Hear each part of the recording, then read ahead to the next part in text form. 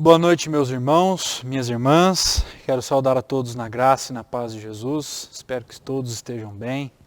Que possamos nessa noite ser edificados pela palavra do Senhor. Que possamos também cultuar com toda a alegria, com toda a gratidão no nosso coração. São tempos difíceis, mas são tempos em que nós temos visto a mão do Senhor operar sobre as nossas vidas, cuidando, zelando pela nossa igreja. E queremos agradecer especialmente ao Senhor por tudo que Ele tem feito por nós. Que seja de fato uma noite edificante para as nossas vidas e que possamos fazer todas essas partes do culto, também no momento da exposição, estar com os nossos corações abertos e agradecidos para a honra e para a glória do Senhor. Vamos dar início à nossa primeira leitura, conforme indicado na nossa liturgia, momento de adorar a Deus. Vamos abrir nossas Bíblias em Mateus, o Evangelho segundo escreveu Mateus, no capítulo 28, de 18 a 20. Texto conhecido da igreja, texto da grande comissão, Mateus 28, de 18 a 20. Diz assim o texto bíblico: Jesus, aproximando-se, falou-lhes, dizendo: Toda autoridade me foi dada no céu e na terra. Ide, portanto, fazei discípulos de todas as nações, batizando-os em nome do Pai, do Filho e do Espírito Santo, ensinando-os a guardar todas as coisas que vos tenho ordenado. E eis que estou convosco todos os dias até a consumação dos séculos. Vamos entoar o hino de número 228 em adoração ao nosso Deus.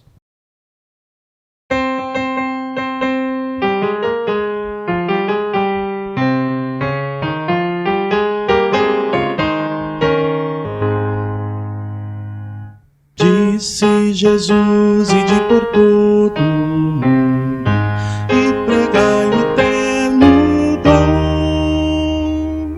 da salvação que com amor profundo dá o Deus gracioso e bom, tendo na cruz a afirmação do amor, proclamai o dom do Redentor.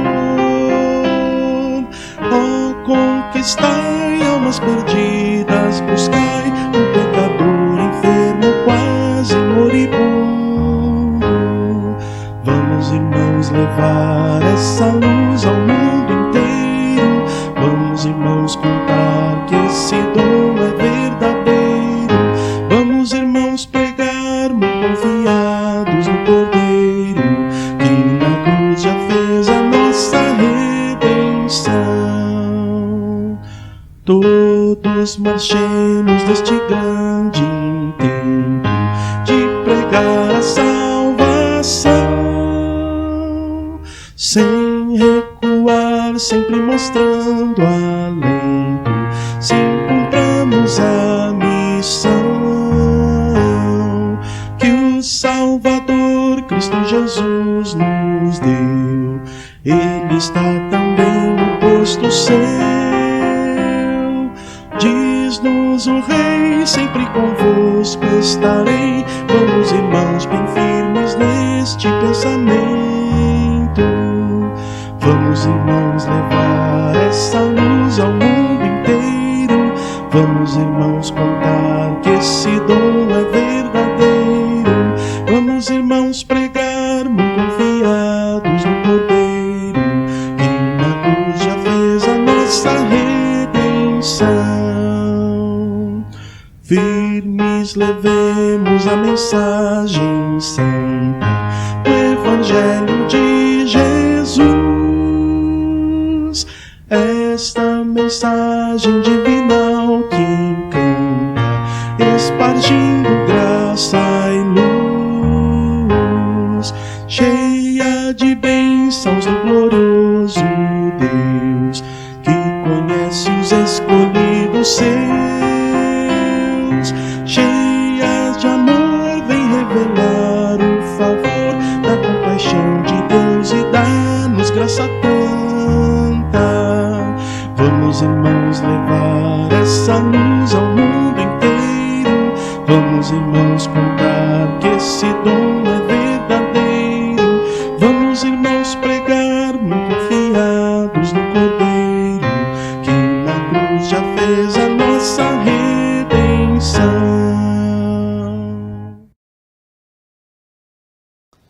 Oremos. Santo Deus, nós agradecemos o Senhor por esse momento especial de culto, em que nós temos a oportunidade de abrir o nosso coração, de nos prostrar diante do Senhor, de engrandecer o Teu nome, exaltá-lo, glorificá-lo com a nossa vida. Que a gente possa aproveitar cada momento desse culto para, de fato, ó Deus, nos entregar ao Senhor. Temos passado por tantas coisas, tantas incertezas, um tempo totalmente maluco, diferente de tudo aquilo que a gente já viveu. Então ajuda-nos nesse momento de culto a entronizá-lo na nossa adoração. Entronizá-lo no nosso culto. Que o nosso coração, a nossa mente, todos os nossos membros estejam voltados somente para Ti, para o louvor do Seu nome, para a honra e para a glória do Senhor. Essa é a nossa oração. Fazemos isso em nome de Jesus. Amém. Nós vamos ainda fazer mais uma leitura agora no livro de Atos dos Apóstolos, ou como dizem alguns estudiosos, Atos do Espírito Santo, porque entende-se que após Cristo ter sido assunto aos céus, o Espírito Santo foi enviado e, através dele, a igreja desenvolveu toda a obra de evangelização, de pregação do Evangelho. Então seriam os Atos do Espírito Santo, né? Atos, no capítulo 1, verso 8. Texto também conhecido, poderíamos lê-lo ou recitá-lo de cor. Diz assim o texto bíblico: mas recebereis poder ao descer sobre vós o Espírito Santo. Sereis minhas testemunhas, tanto em Jerusalém como em toda a Judéia e Samaria e até os confins da terra.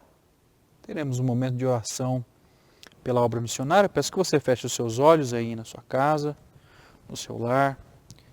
Lembre-se aí dos nossos missionários.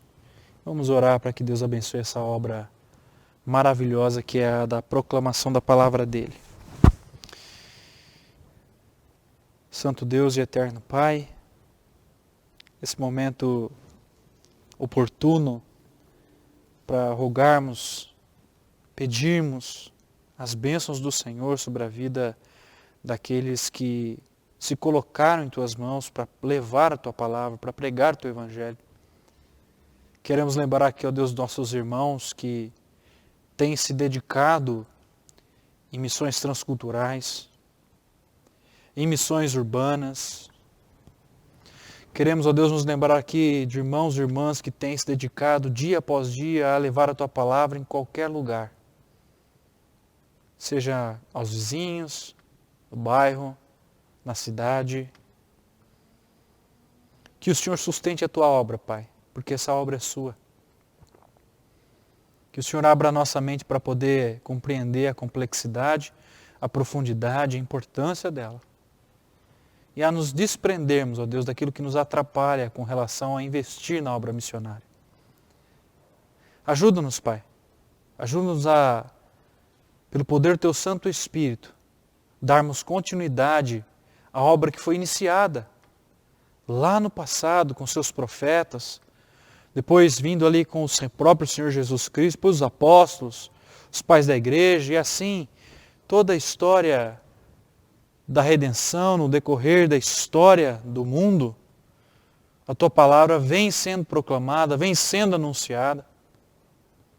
Ajuda-nos, Deus, a fazermos parte disso, a fazermos história, a investirmos, a orarmos e a irmos, para que o Seu nome seja exaltado entre as nações, glorificado nos céus, para que os homens possam proclamar, professar fé no Senhor, se arrepender de seus pecados e também serem salvos. Essa obra do Senhor, possamos fazê-la debaixo da Tua autoridade, a autoridade que foi dada pelo Senhor, para a honra e para a glória do Seu nome. Assim nós oramos agradecidos. Fazemos isso em nome de Jesus. Amém. Nós vamos ainda entoar alguns cânticos de louvor. Peço que você faça isso com coração agradecido, com alegria, com entusiasmo, na certeza que Deus merece, é merecedor aí de toda a honra e de toda a glória. Cantemos ao Senhor alguns cânticos de louvor.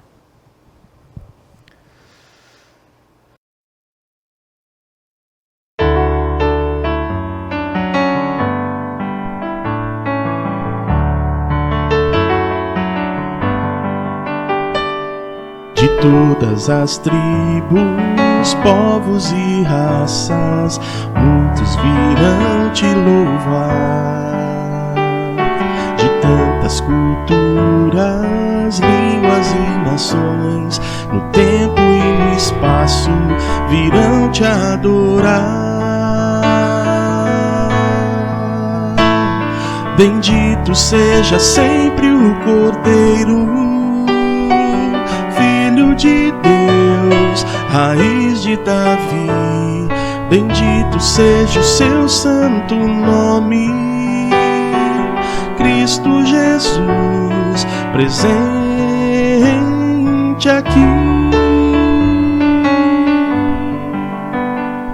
Remidos, comprados, grande multidão, muitos virão te louvar. Escolhido, teu reino e nação, no tempo e no espaço, virão te adorar.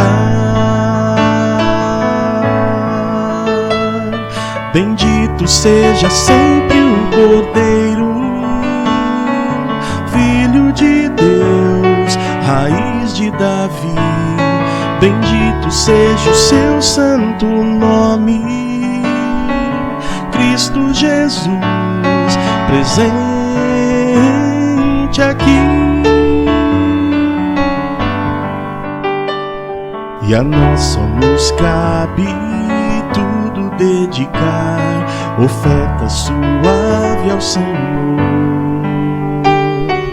Dons e talentos queremos consagrar, e a vida no teu altar pra ter um louvor. Bendito seja sempre o Cordeiro, Filho de Deus, raiz de Davi. Bendito seja o seu santo nome, Cristo Jesus, presente aqui. Cristo Jesus, presente aqui.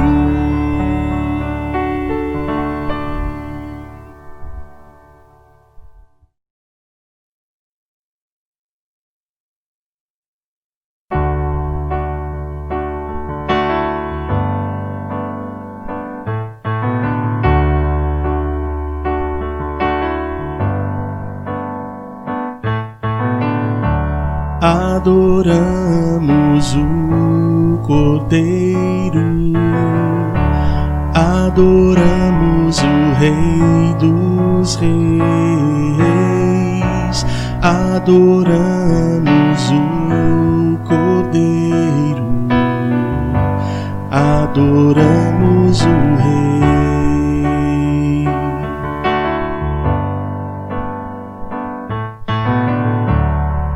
Adoramos o Cordeiro, adoramos o Rei dos Reis, adoramos o Cordeiro, adoramos o Rei.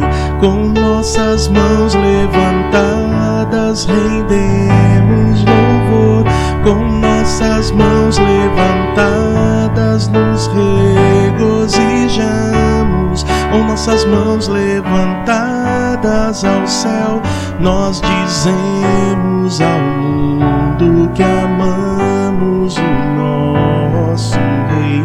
Com nossas mãos levantadas rendemos louvor, com nossas mãos levantadas estejamos com nossas mãos levantadas ao céu, nós dizemos ao mundo que amamos o nosso Rei. Oh, nós amamos o nosso Rei.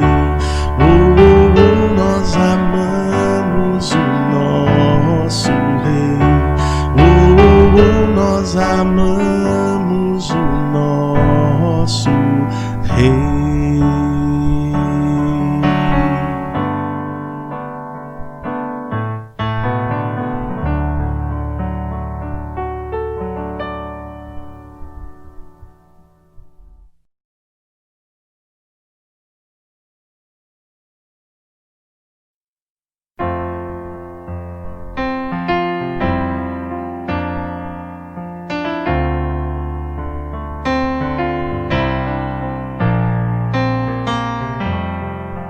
Nasce em mim um canto de gratidão ao meu Senhor e Rei. Perdido me achou, envolveu-me em seu amor. Na cruz por mim se entregou, sua dor sarou-me.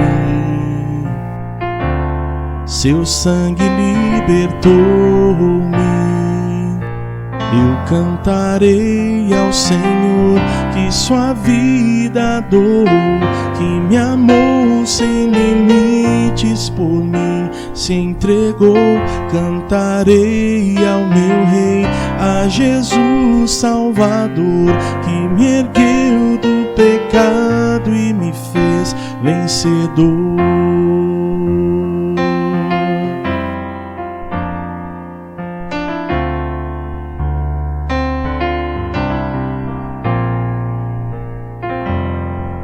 Nasce em mim um canto de gratidão ao meu Senhor e Rei.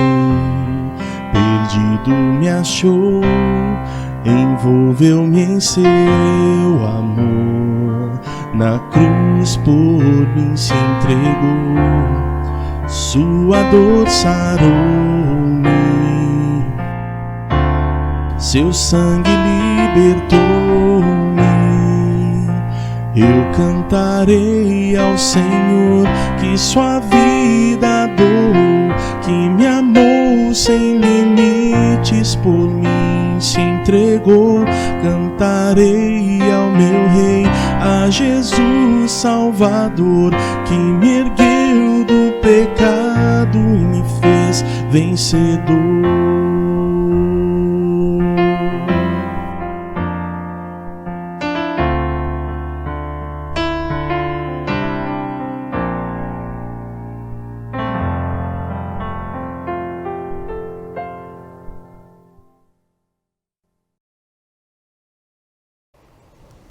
Amém. Irmãos, nós vamos dar continuidade à exposição na carta do apóstolo Pedro, e hoje, com a graça do Senhor, nós vamos encerrar essa carta. Tenho certeza que tem sido um aprendizado para todos aqueles que têm acompanhado, desde o primeiro sermão, né? Deus tem nos ensinado muito, porque essa de fato é uma carta, eu venho falando isso sempre. É uma carta que fala aos nossos dias. É só você começar a ler desde o início e até o final, você vai perceber como ela é de uma aplicabilidade e de uma contextualização, que ela nos ajuda nos nossos sofrimentos diários, que ela nos ajuda a encontrar força no Senhor para perseverar, para persistir, firmes na fé, para que não sejamos abalados por qualquer vento, por qualquer tempestade, por qualquer tempo sombrio. É uma carta muito preciosa, peço que você aprecie de fato a leitura dessa carta e aprenda com ela, assim como nós temos aprendido nessas exposições. E hoje eu quero encerrar, e o meu tema é orientações e deveres para o povo de Deus. Esse é o meu tema, eu quero ler do capítulo 5, versos 1 a 14. Diz assim o texto bíblico, 1 Pedro, primeira carta de Pedro, capítulo 5, versos 1 a 14.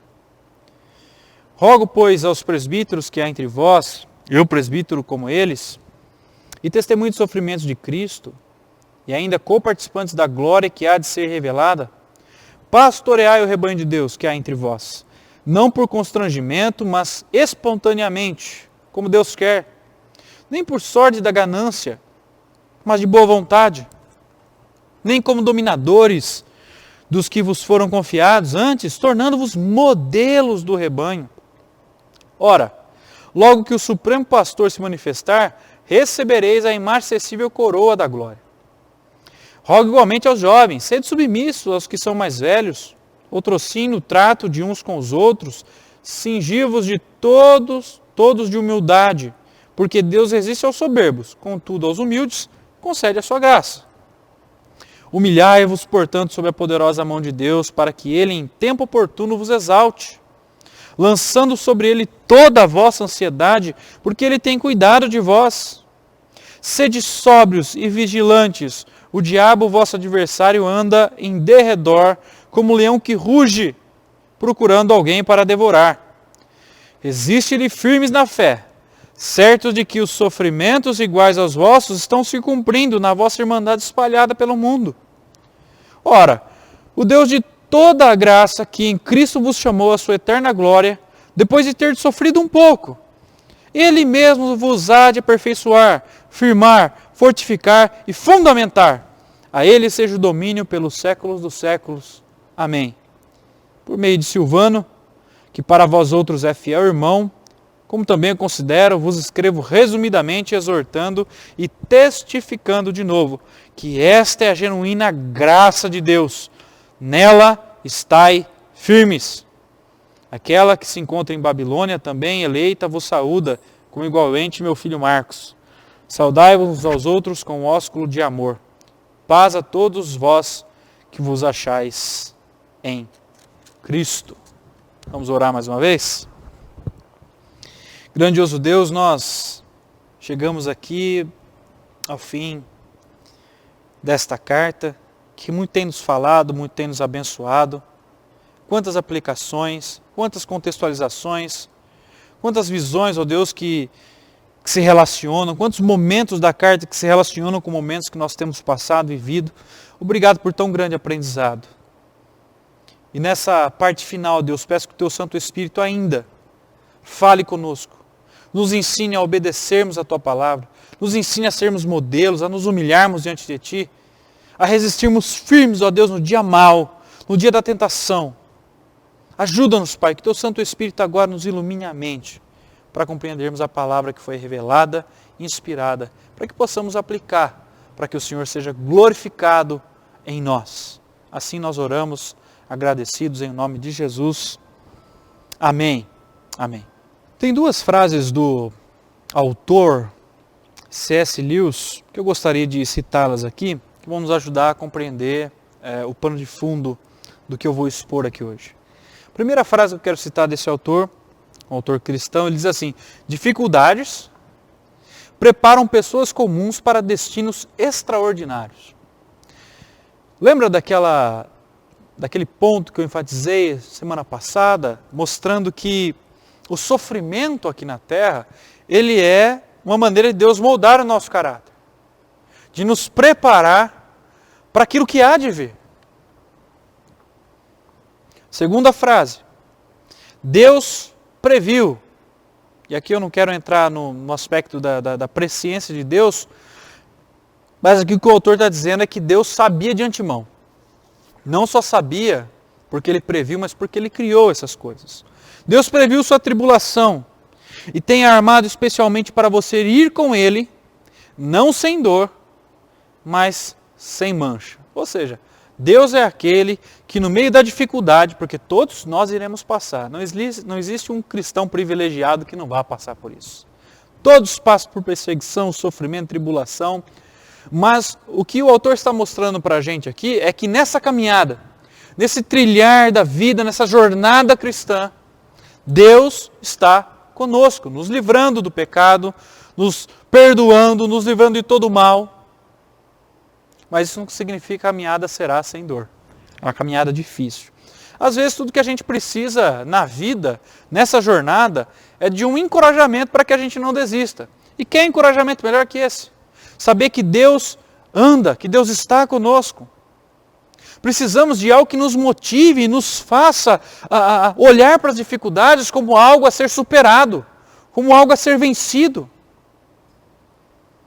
E hoje eu quero trazer algumas orientações e deveres para a nossa vida que vão nos ajudar, que vão nos motivar aqui em nossa jornada até os portais celestiais. Como eu disse, nós estamos aqui nessa parte final da epístola e Pedro está concluindo então agora a sua primeira carta, né? Provavelmente ele não sabia que ele iria escrever uma segunda carta, então ele está encerrando aqui a sua conversa, seu diálogo com esses irmãos. E o seu objetivo agora é mostrar que o sistema no qual esses crentes confrontam, enfrentam aqui o sofrimento pelo qual eles estão passando, deve ser um sistema de amor e humildade mútuos, à medida que eles confiam em Deus e vão lutando bravamente ou resistindo bravamente às investidas do inimigo. Por isso ele quer, aqui, nessa parte final, concluir com orientações objetivas. Pedro vai direto ao ponto e com base nesse texto eu quero tratar de algumas orientações e deveres para o povo de Deus. Tá? E a primeira orientação, o primeiro dever para o povo de Deus é específico para os líderes. E esse primeiro ponto é o seguinte: líderes devem agir como pastores. Versos de 1 a 4. Acompanhe comigo, por favor, à medida que eu for expondo, eu vou lendo os versos. Essa primeira parte diz respeito a algumas atitudes de liderança em relação a alguns membros da igreja. Então, aqueles que exercem um papel de liderança na igreja, um papel importante, né, como o papel do líder, eles têm de estar conscientes das suas responsabilidades ministeriais.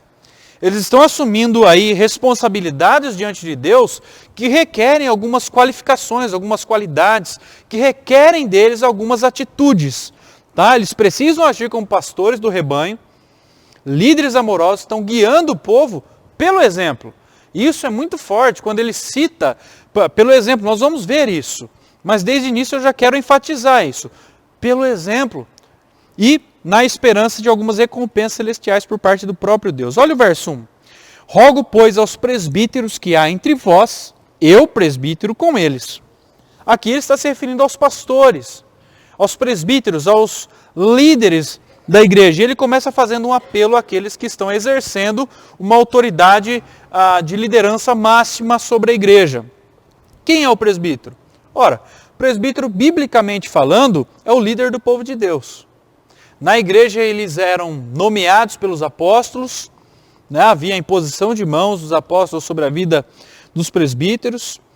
Eles forneciam todo o cuidado espiritual, eles zelavam pela sã doutrina, eles cuidavam da ordem do culto, eles procuravam manter o zelo pelas pessoas, eles ensinavam, eles pregavam, eles zelavam pela pureza da igreja. Então essas aqui são qualidades dos presbíteros que nós encontramos nas Escrituras. Essas qualidades não mudaram em nada. Elas devem continuar até os dias de hoje. Como que a gente escolhe os presbíteros? Deveríamos escolher observando as qualidades, né? As qualificações, é claro. Temos o dom de Deus, o chamado de Deus para a vida da pessoa. Mas essas qualidades precisam ser evidenciadas na vida desses homens. Tá? Perceba que Pedro se intitula presbítero também. Então ele está fazendo um apelo a esses homens, mas não é um apelo qualquer. É um apelo de alguém que viu os sofrimentos de Cristo. Foi um testemunho ocular de tudo aquilo que o Senhor falou. Então está dando um certo peso para isso. Eu vou falar com vocês, eu que sou presbítero com vocês, quero rogar algumas coisas a vocês, quero pedir algumas coisas. E esse apelo vem em forma de rogo, de pedido. Tá? Qual é o pedido? Veja aí no verso 2. Pastoreai o rebanho de Deus que há entre vós. Em outras palavras, sejam pastores do rebanho de Deus. Assim como o nosso bom pastor, Jesus Cristo, que nos serve aí de modelo, de exemplo para nós, os presbíteros devem ser pastores que trabalham sob a autoridade de Deus, cuidando, zelando, cuidando da sã doutrina, do povo. E olha que interessante, ele chama esse povo de rebanho de Deus. São os cordeirinhos do Senhor. Olha a tamanha responsabilidade que está sobre a vida de um presbítero, de um pastor, de um líder. Isso deve ser feito como? Ora, através da aplicação correta da disciplina, através da aplicação correta da doutrina, do ensino da doutrina, através da administração da igreja, através do cuidado, do zelo pela casa de Deus, do zelo pela obra do Senhor. É assim que a gente pastoreia. E eles deveriam fazer isso de algumas formas. E Pedro aponta quais são elas aí. 2 a parte A. Não por constrangimento, mas espontaneamente, como Deus quer. Olha o que ele pede aos líderes do povo.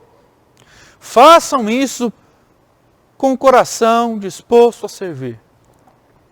Não façam por obrigação. Não façam a obra do Senhor por obrigação. Não é por força ou exigência. Apesar de ser uma responsabilidade e uma ordem de Deus aos presbíteros, nós precisamos pastorear o rebanho de Deus, a liderança, fazer isso com a disposição no coração em servir. Servir de boa vontade para agradar a Deus, não aos homens. E infelizes são aqueles líderes que fazem as coisas para serem vistos pelos outros. Infelizes, infelizes. Não adianta nada fazermos da boca para fora, se no coração Deus não está entronizado. Depois ele diz, nem por sorte da ganância, mas de boa vontade. Não com o objetivo aqui de adquirir lucro. Hoje, os presbíteros, pelo menos na igreja presbiteriana, cada um tem o seu trabalho. Então, isso aplicaria bastante aos pastores hoje em dia. Esse é um dos males aqui que os pastores têm de tomar cuidado e evitar. Sabemos que, biblicamente, é importante enfatizar isso, o trabalhador é digno do seu salário. Aqueles que pregam o evangelho, vivam do evangelho. Paulo vai dizer isso. Aqueles que presidem bem, pastoreiam bem, são dedicados, ensinam, trabalham, devem ser considerados merecedores de dobrados honorários. Isso é bíblico também. Sustento financeiro. No entanto, e aqui que é a ênfase, todo desejo de enriquecimento com a obra do Evangelho deve ser rejeitada por esses homens, por pastores, homens que exercem liderança sobre a igreja. O amor ao dinheiro derruba o ministro. É só olharmos hoje os líderes evangélicos que são reconhecidos aí fora. Não é proibido a remuneração justa. Tá? Você fala, o pastor merece, o pastor não merece. Não é proibido isso. O problema é quando o pastor procura ou olha para a obra de Deus como objeto ou como ali, uma motivação, uma fonte de lucro. Aí é pecado, aí é proibido. Ele continua dizendo, verso 3, a parte A, nem como dominadores dos que vos foram confiados. Os presbíteros são homens, ou os demais líderes da igreja, não estou me referindo apenas aos presbíteros agora, mas toda a liderança, são pessoas que são dotadas de autoridade por Deus, para pastorear o rebanho de Deus. Só que você não pode utilizar dessa autoridade que é dada por Deus para viver como um ditador, como um dominador. Essa palavra dominadores se refere a alguém que exerce controle absoluto sobre outra pessoa, não dando nem o direito de resposta, de ação. Então é realmente um ditador. Então você não pode usar dessa autoridade que Deus te dá para você agir como ditador sobre a vida dos outros. Devemos exercer o nosso ministério, a nossa autoridade, debaixo do governo de Deus. Humildes, sendo exemplo. Aí ele diz, 3, a parte B, tornando-vos modelos do rebanho.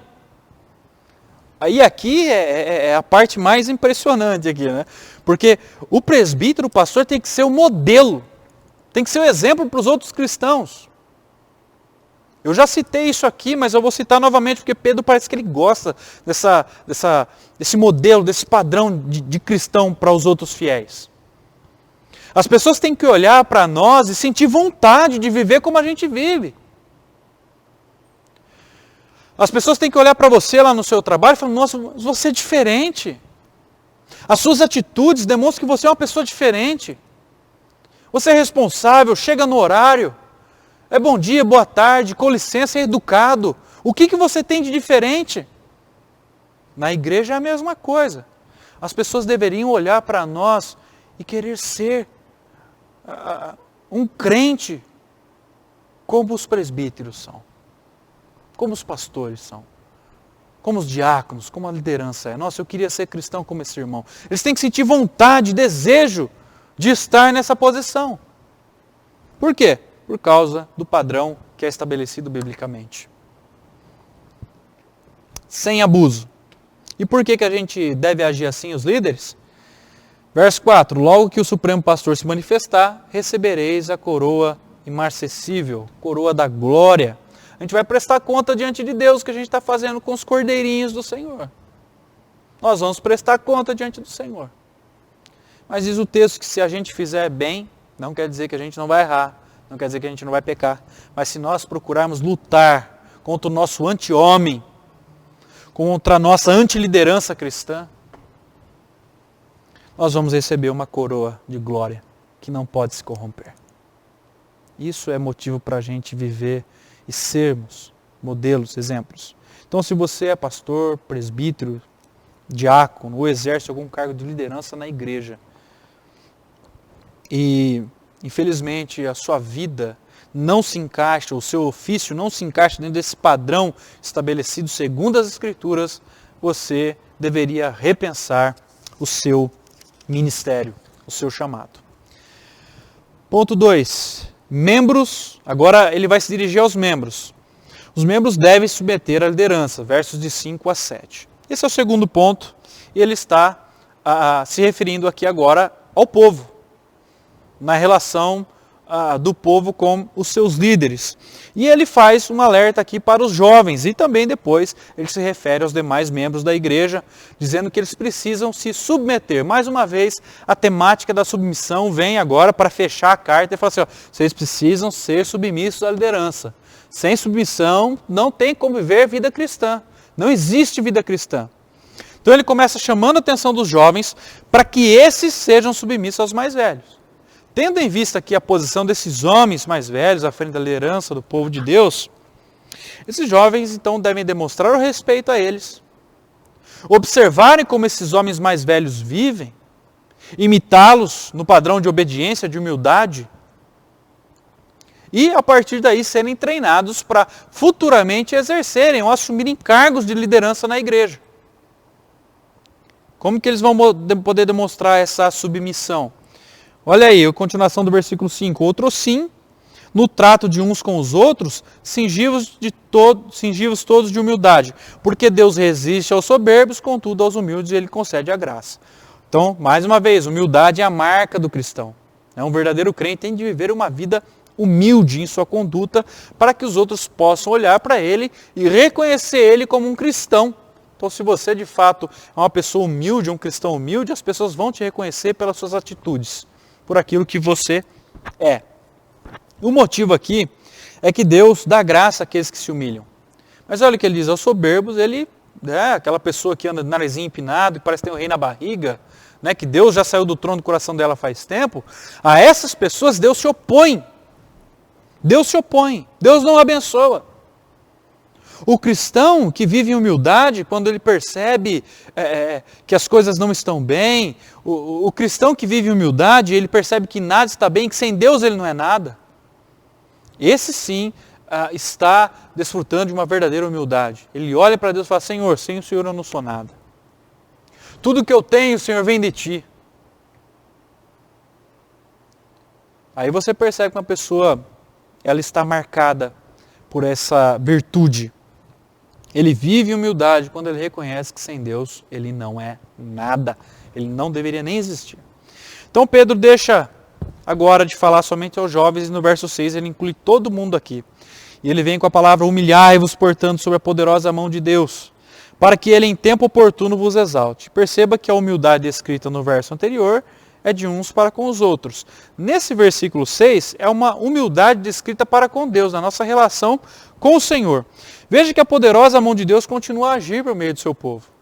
Ela não foi retraída, ela não está encolhida para nós. Da mesma maneira que a mão poderosa de Deus agia no Antigo Testamento, ou no Novo Testamento também. Hoje em dia, a mão de Deus continua a agir sobre a vida do seu povo, principalmente diante daqueles que se humilham. Aqueles que se humilham são exaltados.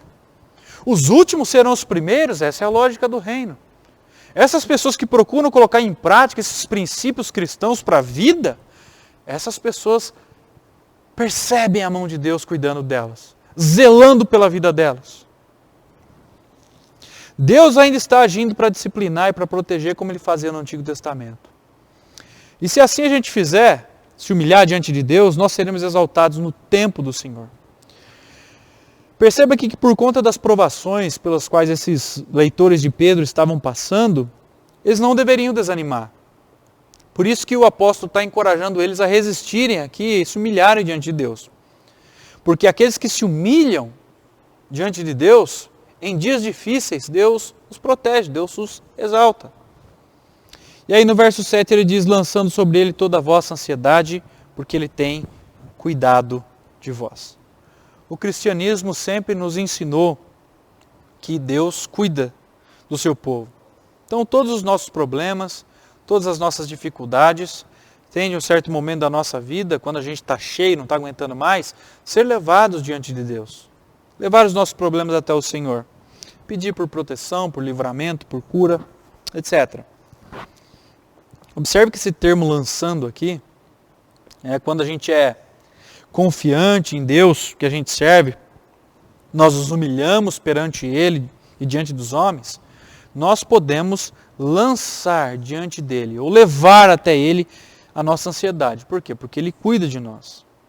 A ansiedade é um grande mal deste século, e ela tem um poder de paralisar as pessoas, fazendo com que elas se percam em si mesmas. É como se a pessoa tivesse que escolher um caminho dentre vários caminhos, então ela fica perdida sem saber o que fazer. Daí vem esse conceito de ansiedade, né? O que fazer agora? E isso para o cristão muitas vezes é resultado de perda de confiança no Senhor, de segurança. Né? Então por isso é importante um tratamento, né? Nós não negamos isso, um tratamento com especialistas, porque isso é uma doença psicossomática, atinge a nossa mente, isso atinge todo o nosso corpo, então você precisa tomar lá o remedinho tal para equilibrar a mente, mas a gente não pode esquecer de algo importante, que é buscar a Deus. Nós que somos cristãos, devemos sim passar pelos tratamentos, mas não devemos deixar a parte espiritual de lado. Devemos procurar lançar fora tudo isso que nos atrapalha a olhar para Deus de maneira clara, de maneira real. Devemos buscar ao Senhor porque isso vai fortalecer a nossa segurança, vai nos dar mais segurança para poder caminhar. Lançar significa jogar para longe de nós aquilo que nos atrapalha. É isso que Pedro está dizendo, lance diante de Deus tudo aquilo que te atrapalha. Olha, se a ansiedade está te atrapalhando a você ser uma pessoa submissa, sujeita à vontade de Deus, lance fora. Lance fora. Lance diante de Deus a sua ansiedade, humilhe-se diante dele e tenha plena certeza do cuidado, da proteção do Senhor, porque Ele continua cuidando dos seus filhos da mesma maneira que Ele fez no Antigo Testamento.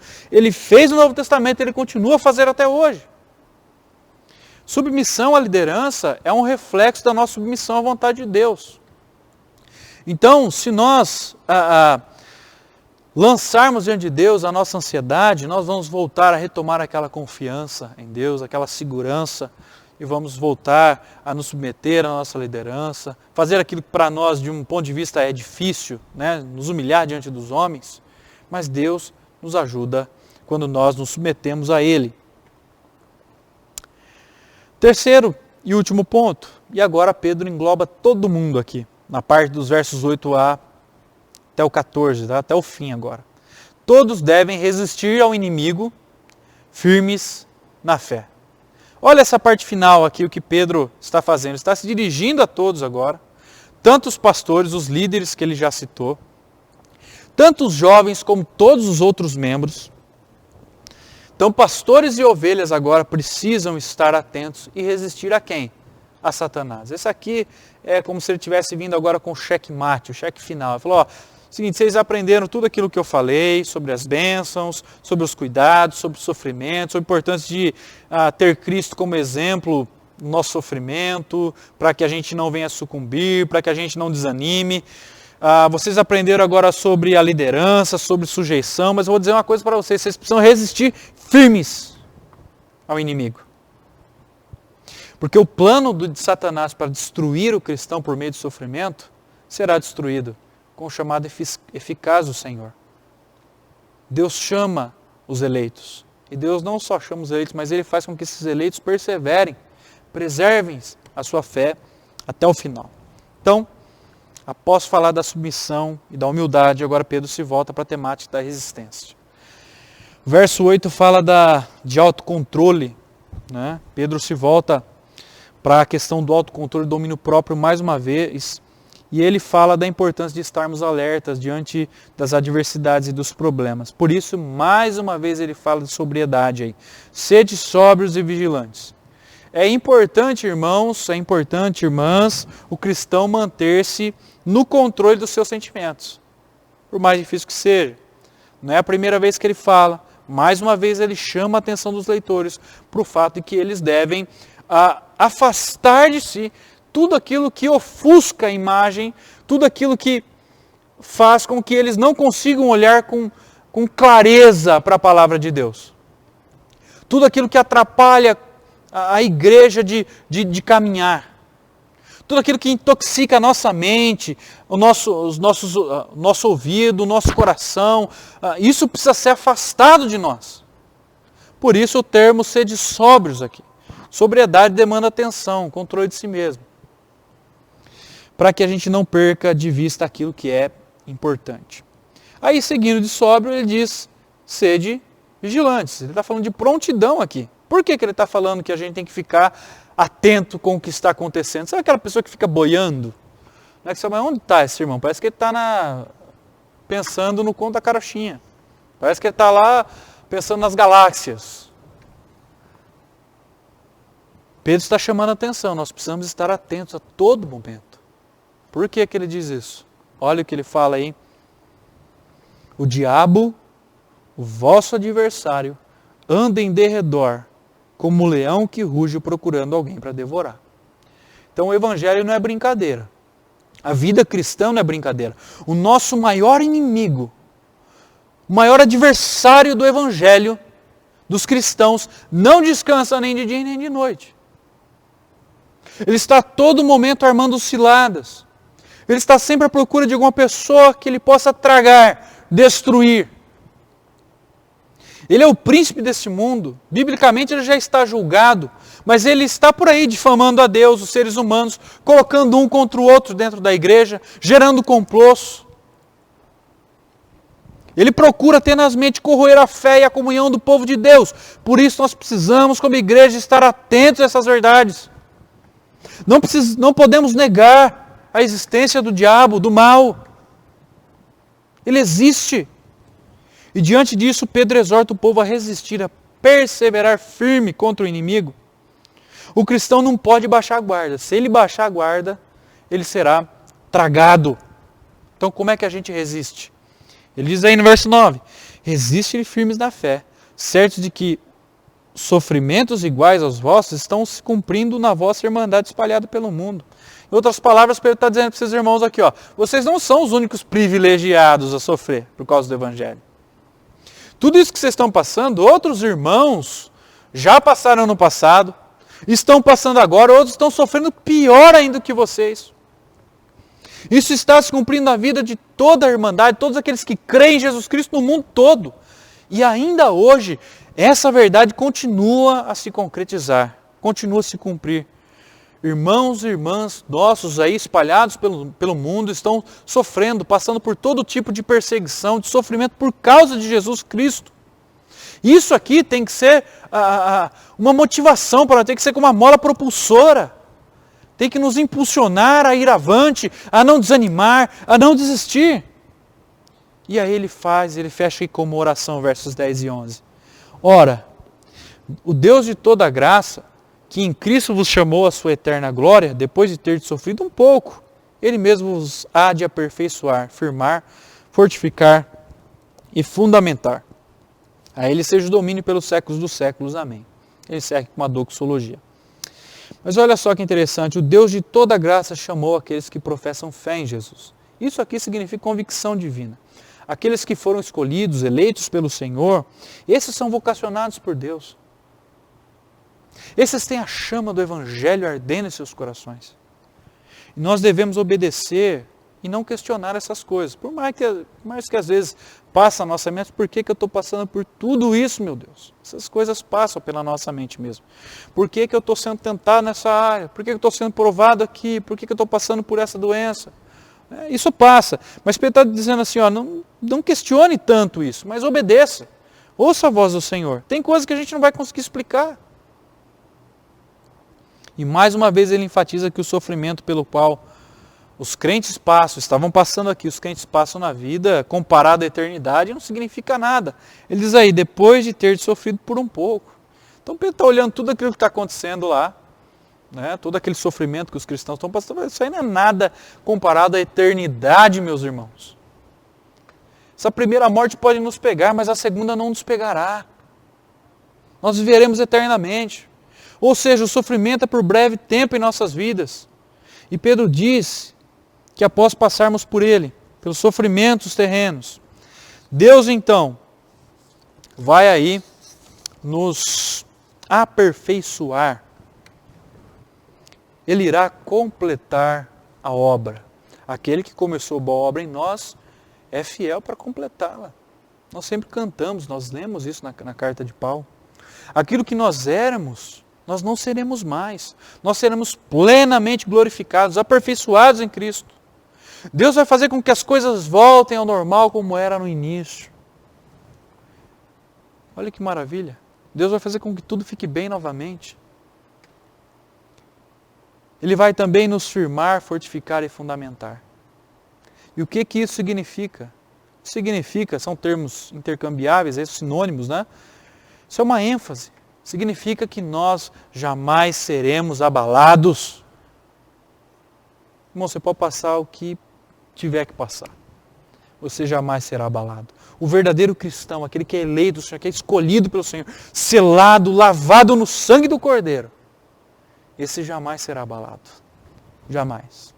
Esse é o verdadeiro significado da obra de Deus em nossa vida. Com isso o apóstolo pede aos leitores que enfrentem os seus sofrimentos. Enfrentem toda a dor por causa de Jesus, por amor, único e exclusivamente. Porque Deus dá a segurança. Deus estará com eles sempre. O caminho é difícil, mas a chegada é certa. E eu quero concluir com a apresentação do propósito da carta de Pedro, que é feita aí no verso 12, mas eu quero ler até o verso 14 novamente.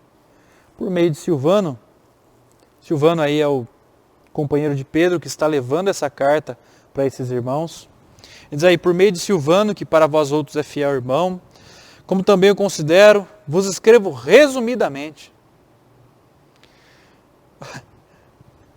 Quem está acompanhando, quem está fazendo a leitura da carta de Pedro, percebe o quão profunda essa carta é, mas ele está dizendo que ele está escrevendo resumidamente. Ou seja, Pedro teria muito mais coisa a dizer, de maneira muito mais profunda, mas ele escolheu escrever resumidamente. Provavelmente que Silvano, ao entregar a carta, fosse explicar esses assuntos profundos que Pedro não quis escrever, redigir aqui na sua carta. Ele diz aí, exortando e testificando de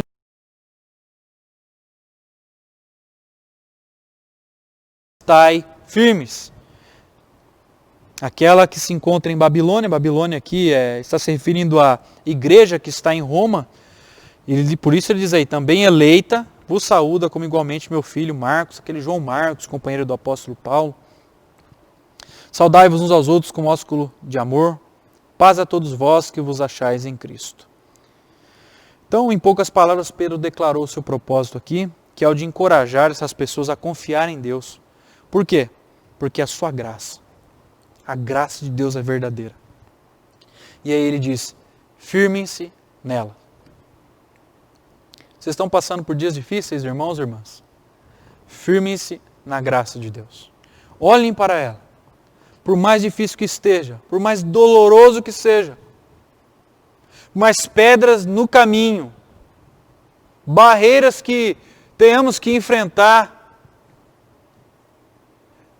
Firmem-se na graça, olhai para ela, é uma ordem para nós, para enfrentarmos a opressão no mundo, todas as crises, as perseguições e os demais sofrimentos que nos assolam, todos os problemas que nós precisamos passar aí. Irmãos e irmãs, fiquem firmes nessa graça de Deus. Se preciso for, morra por isso. Morra por essa verdade. Isso é resistir firme até o fim. Ou nós ficamos firmados nesta graça, nessa verdade de Deus, que liberta, ou nós iremos sucumbir na fé. Que Deus nos abençoe e que Ele também nos ajude a nos firmarmos nela, porque sem ela a gente não consegue caminhar. Sem ela é difícil. E é ela que vai continuar nos sustentando, nos fortalecendo no dia mal. É ela que vai continuar nos motivando cada dia a superar os problemas e as dificuldades. Até aquele dia que nós encontrarmos o nosso Senhor no reino de Deus. Amém. Nós vamos ainda entoar mais um hino, o hino de número 304. Em seguida eu vou fazer a oração final e impetrar a bênção.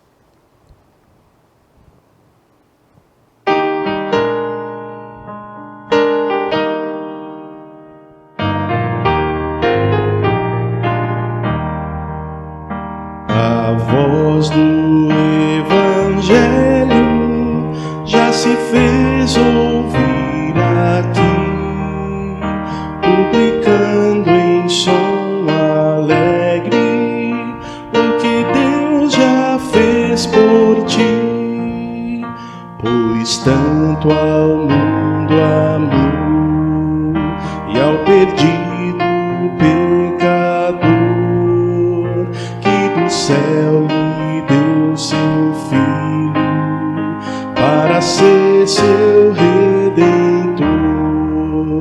Santa paz e perdão é a nova lá dos céus. Santa paz e perdão, bendito nosso Deus. A voz do Evangelho, segurança, vida e paz, é o amor de Jesus Cristo, que o perdão de Deus nos traz. As novas sim nos dão de haver um Salvador, poderoso e muito bondoso, que perdoa o pecador. Santa paz e perdão é a nova lá dos céus. Santa paz e perdão, bendito nosso Deus. A voz do Evangelho vem a todos avisar do perigo grande e grave para quem se descuidar. Salvai-vos desde já, não vos detenhais no mal, cobiçando seus prazeres, pois vos pode ser fatal. Santa paz e perdão é a nova lá dos céus. Santa paz e perdão, bendito nosso Deus. Antes de fazer a oração, quero agradecer a você que tem acompanhado essas exposições na Carta de Pedro. Encerramos hoje. Espero que você tenha aproveitado, aprendido bastante. É uma carta profunda embora o apóstolo tenha escrito resumidamente, mas é uma carta muito profunda, muitas questões práticas, princípios aqui, que devem ser aplicados em todas as áreas da nossa vida, que devem ser aplicados em todas as esferas de atuação da igreja. Então, que Deus continue abençoando você, te sustentando, que Deus te dê força essa semana para suportar as dificuldades, que Ele continue te fortalecendo e que você continue vivendo para a honra e para a glória de Deus. Vamos orar? Oh Deus, nós queremos agradecer ao Senhor por todo o teu precioso cuidado. Dá-nos a alegria de poder servir ao Senhor, Pai.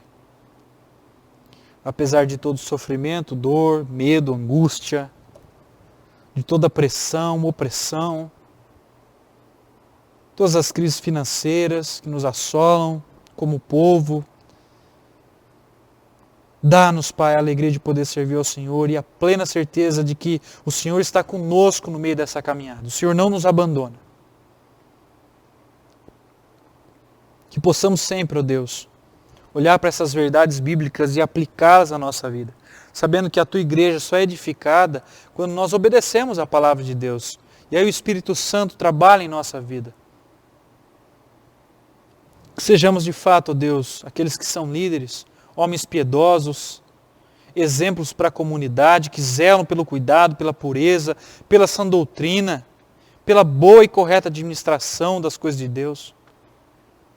Que o Teu povo, ó Deus, aqueles que estão sujeitos a essa autoridade, sejam submissos, primeiro ao Senhor, depois à liderança, que possam servir com todo o coração e para que juntos, ó Pai, como comunidade da fé, possamos resistir bravamente, firmemente ao inimigo que procura nos destruir.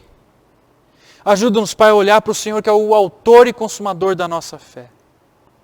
E que, olhando para o Senhor, para a Sua graça, nos fortalecendo no Senhor, que a gente tenha vida e vida em abundância. Abençoa a nossa semana. Cuida do Teu povo, ó Pai. Sustenta os nossos irmãos que estão doentes, enfermos, aqueles que estão em luto. Pai, guarda a Tua igreja, guarda o Teu povo. Tudo isso nós te pedimos e fazemos isso em nome de Jesus. Amém. E amém. Receber a bênção, irmãos e irmãs, que o amor de Deus, o nosso eterno e bom Pai, que a graça e a paz do nosso Senhor e Salvador Jesus Cristo, que as consolações e a comunhão do Santo Espírito de Deus estejam com todos vocês. Estão espalhados pela terra, irmãos e irmãs, hoje e para todo sempre. Amém e amém.